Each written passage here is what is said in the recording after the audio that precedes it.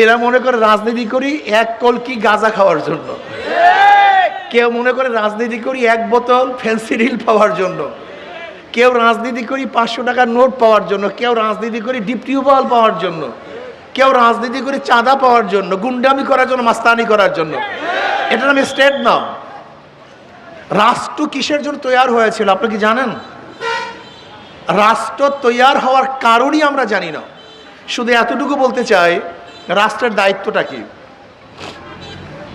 ধরে নেন এইটা একটা মার্কেট, একজন সাধারণ নিরীহ মানুষের একটা মার্কেট, কিন্তু কিছু গুন্ডা ফান্ডা এই মার্কেটটাকে দখল করছে। সে তো তাদের সাথে পারবে না, ওই গুন্ডাদের সাথে গুন্ডামি করার সাহস শক্তি তার। এখন তার উপায়টা কি,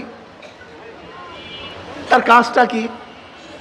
রাষ্ট্র বলতেছে তোমার কোনো টেনশন নাই, তুমি দুর্বল, তোমার মার্কেট কেউ জুলুম করছে, অত্যাচার করছে, ছিনিয়ে নিয়েছে, দখল করছে, তোমার কোনো টেনশন নাই, তোমার পাশে আমি আছি।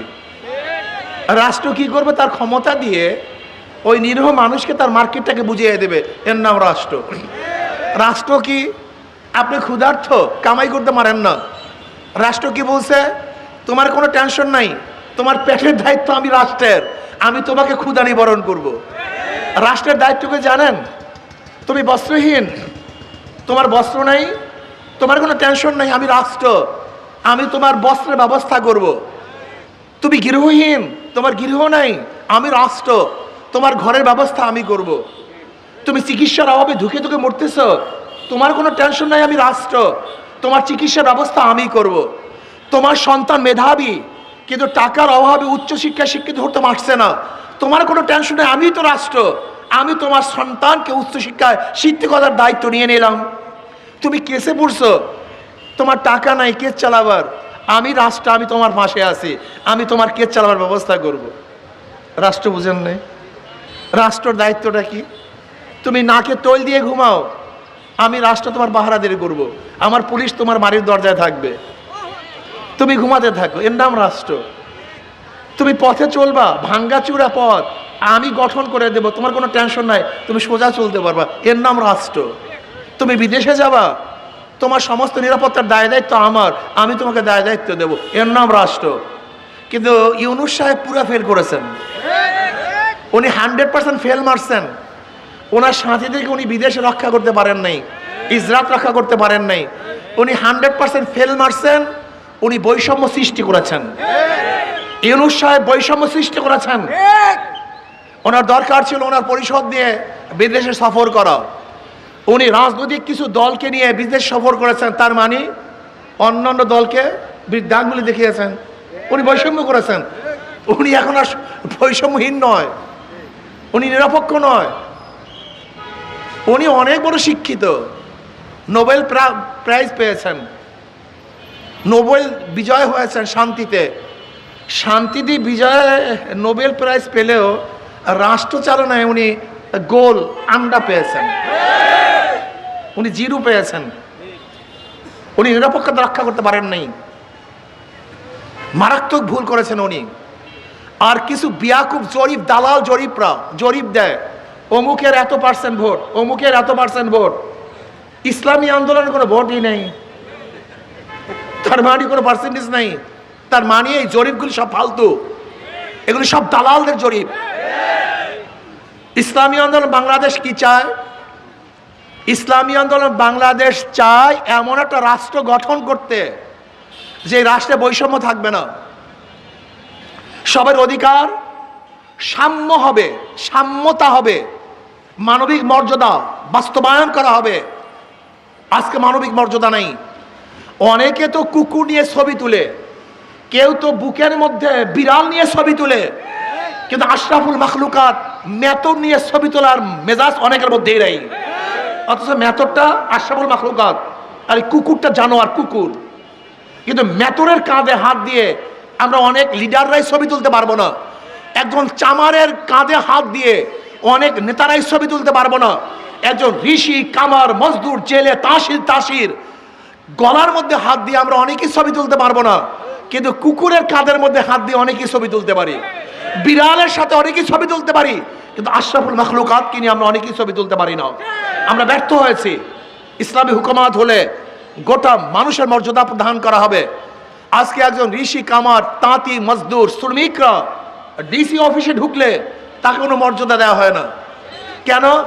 এর কোনো দাম নাই না। ইসলামী হুকুমাত হলে ও চাষি হোক, ঋষি হোক, কামার হোক, শ্রমিক হোক, সে আশরাফুল মাখলুকাত, অবশ্যই তাকে শ্রদ্ধা সম্মান করতে হবে। ইসলামী আন্দোলন বাংলাদেশ ক্ষমতা আসলে কি হবে? হাসবো, সবাই একই সাথে হাসবো। কাঁদবো, সবাই একই সাথে কাঁদবো।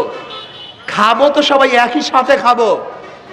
বাসস্থান হবে, সবাই বাসস্থান হবে। বস্ত্র পরিধান করবো, সবাই একই সাথে বস্ত্র পরিধান করবো। দুঃখিত হবো, সবাই একই সাথে দুঃখিত হব। কেউ খাবে, কেউ খাবে না, তা হবে না, তা হবে না।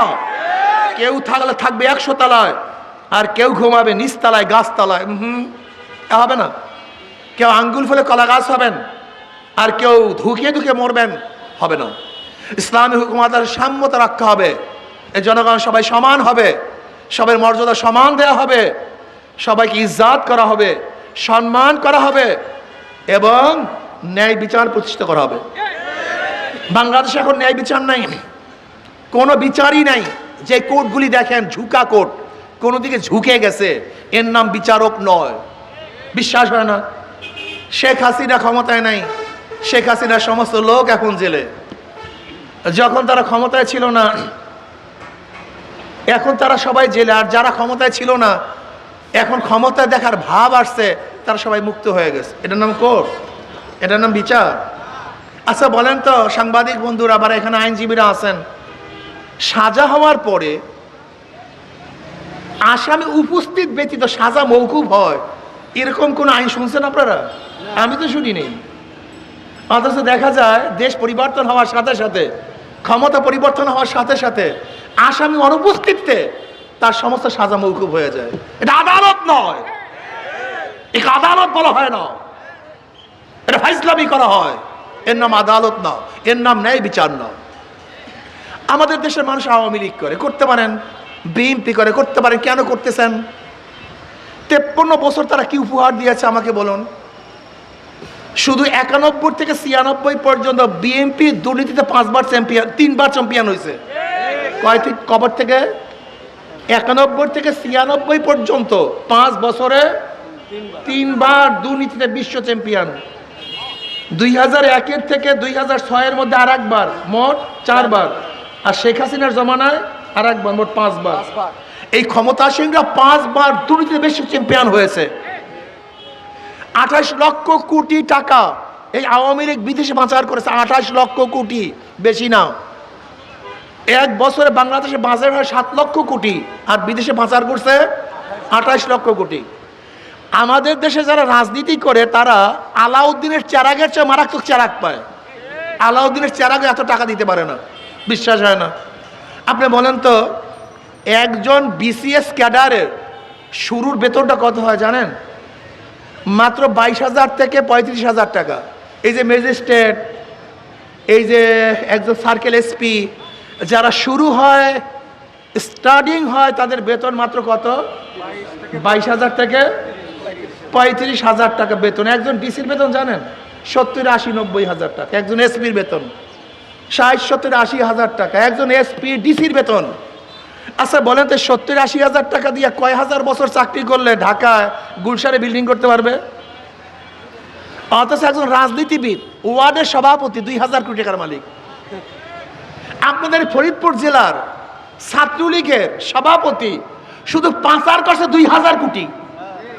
একজন এসপির বেতন 70, 80,000 টাকা, আর একজন ওয়ার্ড সভাপতি 5 গাড়িতে চড়ে, তার 5 তলা বিল্ডিং। তার মানিটা কি? রাজনীতির চেয়ে বড় টাকার গাছ আর দুনিয়াতে নেই। অথচ